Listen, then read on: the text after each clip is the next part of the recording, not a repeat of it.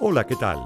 Bienvenidos a esta transmisión en vivo para Conectimed. Está con nosotros el doctor Adolfo López Rodríguez, especialista en medicina interna y nefrología, miembro de la Asociación Mexicana para la Educación Médica, quien nos hablará sobre lesión renal crónica.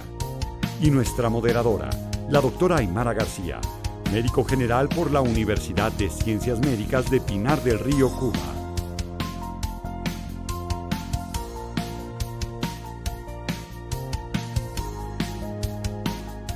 Muy buenas tardes, doctora Adolfo. Gracias por acompañarnos a nuestra sección de video en vivo de Conectimed. Muchas gracias a ustedes, ¿no? Y aquí estamos para las dudas que se vayan presentando. Muchas gracias, doctor. Y es que sí, la vez pasada estuvimos hablando sobre la enfermedad renal crónica, renal aguda, tema de salud a nivel mundial con una alta incidencia en los pacientes que hospitalizan y para la cual es necesario tener un diagnóstico temprano asequible.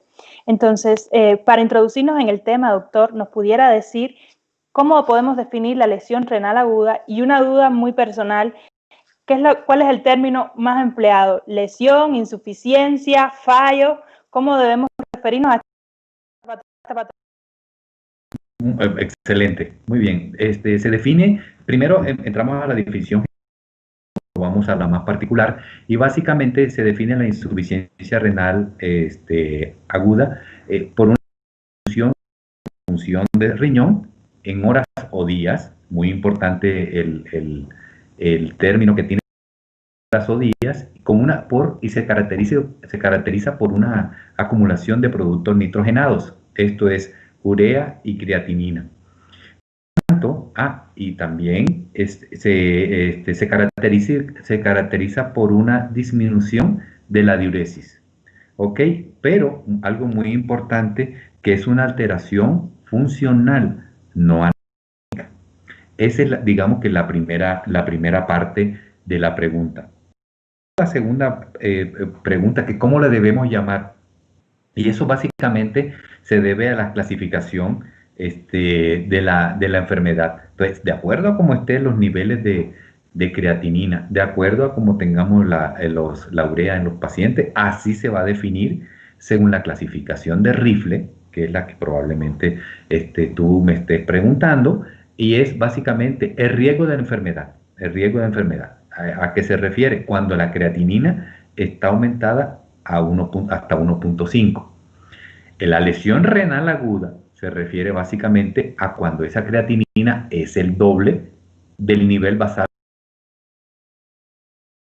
de suficiencia. A una creatinina mayor a 3.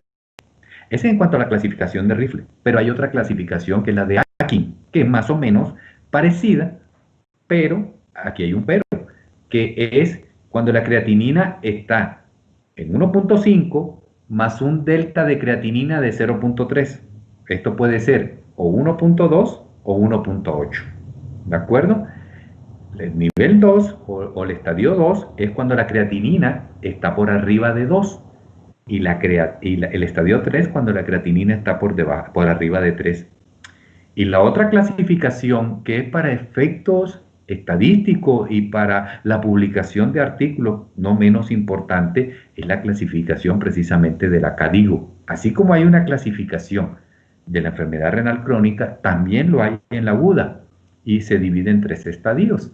Y la diferencia con las dos anteriores, o sea, con la de Rifle y con la de Aki, básicamente es la creatinina. En el estadio 1 vamos a encontrarla entre 1.5 y 1.9. El estadio número 2 lo vamos a encontrar entre 2 y 2.9. Y la 3, un aumento de la creatinina por arriba de 4. ¿Ok? De manera persistente, por supuesto. No sé si eso contesta tu pregunta.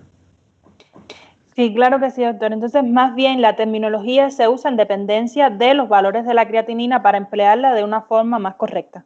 Sí, en relación al tiempo. En Eso relación también al es tiempo. en relación al tiempo. Ajá. Muchísimas gracias, doctor. Y un modo más práctico para poder clasificarlo, digamos, en el área, en medicina general, ¿cómo podemos utilizar una clasificación que nos ayude sobre todo con la etiología? Bueno, no tanto para definir la etiología, sino el grado de daño que hay en el momento, ¿no?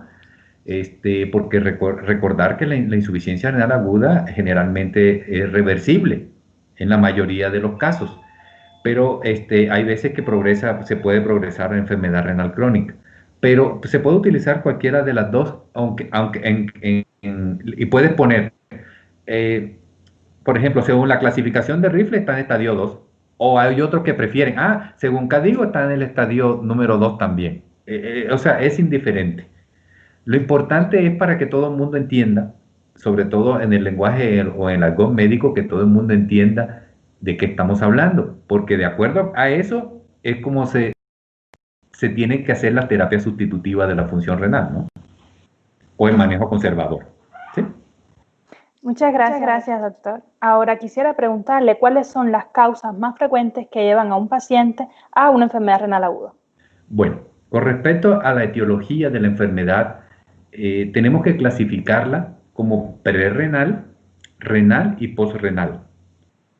En lo que se refiere a las renales, está la deshidratación, ya sea por diarrea o por vómito, etcétera, etcétera, que nos pueden conllevar a la insuficiencia renal aguda, las hemorragias y no menos importante, sobre todo en este tiempo, la sepsis. Igualmente, la hipoalbuminemia, los estados de desnutrición también pueden tener como consecuencia en los pacientes la insuficiencia renal aguda, así como la insuficiencia cardíaca. Eso es en cuanto a lo prerrenal. En cuanto a lo renal, las causas principales son la glomerulonefritis, que son daños inherentes al parénquima renal, a la estructura del riñón en sí, específicamente la corteza. El lúpulo eritematoso sistémico, por ejemplo, también es una causal de daño renal agudo, el síndrome urémico y la necrosis tubular aguda. En cuanto se refiere a la posrenal, que es la tercera causa, que quiere decir después del riñón, las principales vamos a tener que son las válvulas ureterales, la obstrucción por cálculos, no es tan infrecuente encontrarlo, los tumores, ¿verdad? La vejiga neurogénica, por ejemplo, en el paciente diabético, y yo te agregaría una más que es muy importante, sobre todo en pacientes de edad avanzada, que es el crecimiento prostático, que a veces es no reconocido, no identificado, no diagnosticado y por tanto a veces lo diagnosticamos de manera tardía. Muchas gracias, doctor, efectivamente. Ahora, una pregunta relacionada con la hipertensión. De modo general, ¿por qué tener cifras elevadas de tensión arterial se relaciona con una lesión renal aguda? ¿Y qué recomendaciones nos puede dar, sobre todo a los médicos generales, a la hora de poner un tratamiento antihipertensivo en un paciente, digamos, de nuevo debut? Perfecto. Un paciente en donde se identifica muy tempranamente la hipertensión, bueno, primero para definir hipertensión, ¿qué es hipertensión arterial? Básicamente son las cifras de presión arterial mayores a 130-80, según la clasificación europea, ¿no? O hay algunas clasificaciones que dicen hoy día que más de 120-75 ya es hipertensión arterial. Bajo ese contexto, entonces, los medicamentos que generalmente usamos, que pueden ser IECAS, ARA2 o combinados con calciantagonista o beta bloqueadores, tenemos que tener en cuenta que el paciente no solamente, más bien recordar que un paciente en que tengamos como diagnóstico de hipertensión, tenemos que saber cómo está la función de riñón, porque sobre todo los IECAS y los ARA2 en las primeras etapas, en los primeros meses, pueden tener un incremento de la creatinina y de la urea de 0.3, sin que esto constituya un daño necesariamente. Esto después vuelve a lo normal, ¿sí? Eso hay que tenerlo en cuenta. Por ejemplo, cuando vamos en pacientes hipertensos, recién diagnosticados también, que quiera utilizar un calciantagonista como segunda línea, también tener en cuenta cómo está la función del riñón, porque recordar que el riñón está la arteria aferente, y ahí es donde actúan ellos, dilatando la arteriola aferente para disminuir la presión intraglomerular, para evitar precisamente un daño renal progresivo. Quiere decir que no es solo poner un tratamiento y ya ver que las cifras bajen, no. Y no revisar cómo está respondiendo este riñón a este nuevo fármaco que yo estoy administrando. Sí, por eso nosotros lo que preferimos es primero poner un solo antihipertensivo, valorar al paciente más o menos 2 semanas después, inicialmente haciéndole un mapa, un monitoreo ambulatorio de la presión arterial, que es hoy por hoy el estándar de oro para el diagnóstico de certeza de la hipertensión, sobre todo en pacientes que hacen hipertensiones de manera nocturna, o que identificar a pacientes que tienen hipertensión de bata blanca, por ejemplo. Muchas gracias, doctor. Al inicio usted nos comentaba que la lesión renal aguda es una enfermedad reversible. Sin embargo, en algunas ocasiones puede progresar a una enfermedad renal crónica. ¿A qué se debe esto? Interesante la pregunta. Tenemos que el proceso de la insuficiencia renal aguda se da en horas, días y hasta semanas. Cuando el proceso, a pesar de tratamiento, se perpetúa por más de un mes, entonces estamos ante la probable evidencia de que el paciente ya cursa con enfermedad renal crónica, o puede ser enfermedad renal crónica que se agudizó ante un proceso de deshidratación, por decir algo, ¿no? Por eso la importancia de hacer un diagnóstico adecuado, un interrogatorio adecuado para su identificación. ¿De dónde es el origen de la hipertensión? Generalmente, el 80%, más del 80%, está generado la hipertensión en el riñón, porque muchos piensan de que la hipertensión se genera en el corazón, cosa que no es cierto. Se identifica, el primer daño es a nivel glomerular. Muchas gracias, doctor. Otra de los sobre mecanismos también subyacentes que desarrollan la enfermedad renal crónica, quisiera saber específicamente en el caso de la sepsis, ya que se asocia con muchas enfermedades renal crónica, sobre todo en las unidades de cuidados intensivos. ¿Qué es la visión de la enfermedad renal crónica en estos pacientes? Bueno, recordar el proceso de la sepsis, que generalmente va de la mano con deshidratación.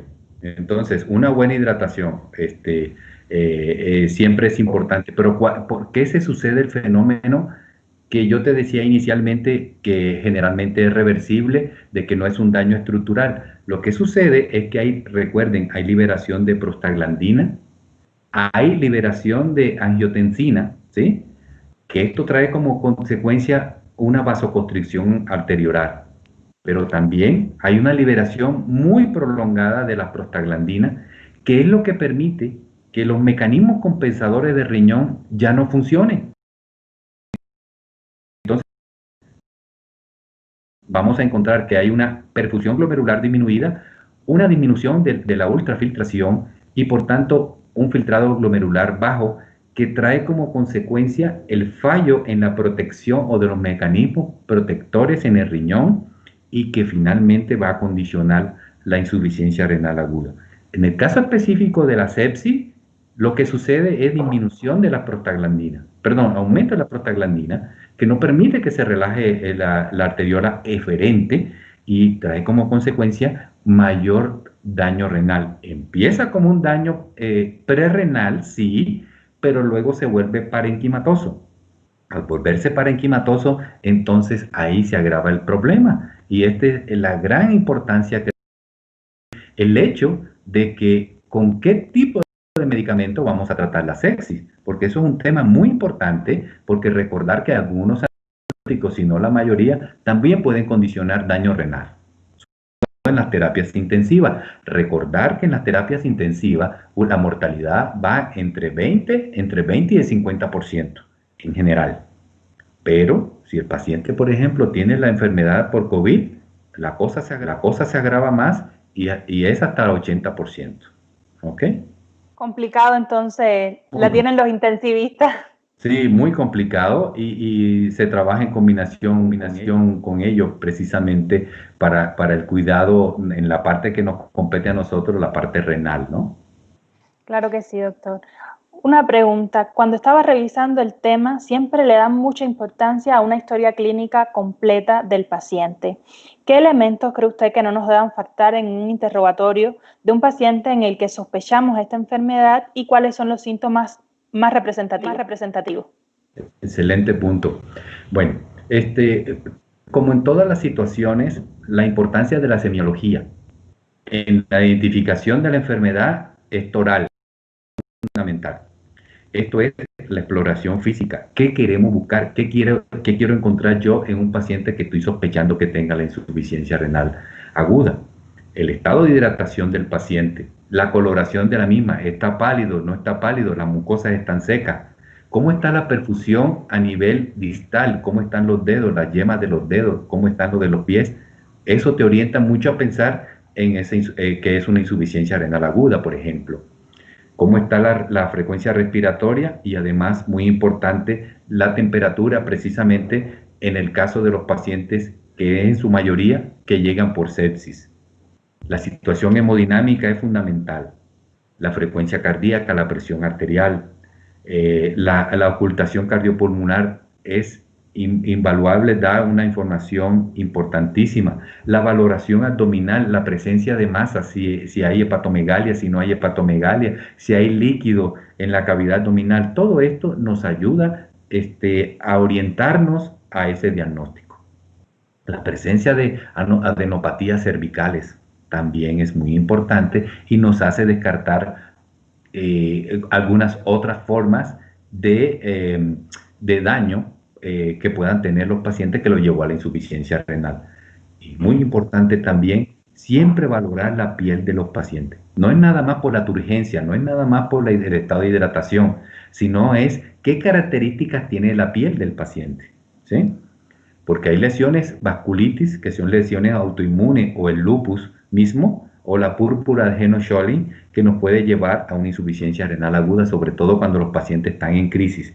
Las infecciones como las endocarditis, muy condicionante de insuficiencias renales agudas también.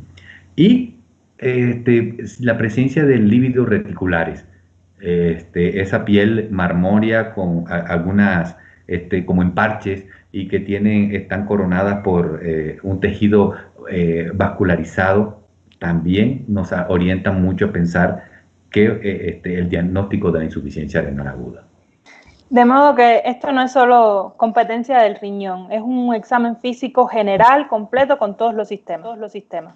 Yo siempre he dicho en las pláticas, en las entrevistas que me hacen, de que el mejor nefrólogo tiene que ser el mejor internista, porque está relacionado todo el riñón, y aunque usted no lo crea, hasta con el ojo, con el oído, con los dientes y con toda la piel. Por eso tenemos que tener una visión integral del paciente, como en muchas de las otras especialidades, pero más el nefrólogo. Tiene que tener una visión más amplia de la persona. Hacer el interrogatorio es fundamental. Muchas gracias, doctor. Mi próxima pregunta está en relación con los exámenes complementarios. Son muchos los que se pueden realizar a fin de estudiar la función renal, pero quisiera que nos hablara de los fundamentales y cuáles podemos realizar desde la atención primaria de salud. Ok, muy bien. Lo básico cuando estamos ante las sospechas, ya sea que el paciente lo tenga en el consultorio, ya sea que tu paciente esté en el hospital y por ende en puertas de que vaya a terapia intensiva, es determinación de nitrógeno urea, de la creatinina en sangre, la gasometría. La gasometría arterial también nos da una información muy valiosa, porque es la que nos determina cómo está el pH sanguíneo de ese paciente, si está acidótico, si no está acidótico. Y la biometría hemática nos orienta a pensar cómo está el recuento leucocitario, si el paciente tiene anemia o no tiene anemia, y esto también te sirve como pronóstico. Fíjate, lo que te he dicho, la verdad es que son laboratorios básicos que hay que hacerle a este tipo de paciente. Ahora, cuando tú tienes una alta sospecha de que ese paciente tiene la insuficiencia renal aguda, bueno, entonces le pide ya otras cosas de acuerdo a lo que vaya surgiendo en el interrogatorio. Por ejemplo, ¿a qué me refiero? Si tú tienes sospecha de que el paciente está cursando con una sepsis, tiene que hacerle un hemocultivo, hay que hacerle un urocultivo también, sobre todo cuando tiene fiebre. Si un paciente que está infartado, que tenga insuficiencia renal, que tenga insuficiencia cardíaca, por ejemplo, pedirle las enzimas, la CKMB, es muy importante también, que nos va a dar mucha información, ¿de acuerdo? Igualmente, en el examen de orina también nos da mucha información, porque simple y sencillamente, porque hay que ver cómo está la osmolaridad de la orina, cómo está, si hay un sedimento que esté activo, cómo está, si tiene hematuria, si no tiene hematuria, si hay la presencia de bacterias. O sea, todo esto te da una información muy valiosa, pero que hay que, muy importante, como yo les digo a los alumnos cuando me toca, corresponde a la cátedra de nefrología. Yo les digo, en el examen de orina ustedes obtienen la información en más del 50%. Por eso hay que leer entre líneas qué es lo que está pasando con tu paciente. Y también identificar, por ejemplo, si la orina está bien recolectada, si está bien emitida. Eso es importantísimo por la presencia de cetonas. Ya tú sabes que es una orina que tiene mucho tiempo de permanencia y que no ha sido trabajada en el laboratorio. Esa es una orina que no se debe desechar. ¿Ok? Muchas gracias, doctor. No, incluso yo revisando el tema hasta vi que según la forma de los cilindros se podía inferir muchísimas patologías que pudieran estar dando traste con esto. Así es, sin duda, sin duda. En ocasiones nos hacen la división de parámetros de renal que están específicamente realizados para medir esto. ¿Qué parámetros son estos? Me imagino que te refiere a identificar si el daño es prerrenal o el daño es parenquimatoso o renal, ¿ok? Y sí, esa información es muy valiosa también, aunque ya ese es más de la especialidad, ¿no? Y ya sea del terapista o en conjunto con nosotros los nefrólogos, por supuesto, y es lo primero que tenemos que determinar. Por ejemplo, el sodio urinario. El sodio urinario te da mucha información. Si este sodio es menor de 12 miliequivalentes por litro, vamos a encontrar que estamos ante una prerrenal. Si es más de 20 miliequivalentes, seguramente es parenquimatoso el daño. Si la relación sodio-potasio en orina es potasio mayor que el sodio, estamos pensando en prerrenal. Si la relación se invierte, estamos pensando que es renal. La osmolaridad urinaria, muy importante también. Si está mayor de 450 y 500, estás pensando en prerrenal. Si esta es mayor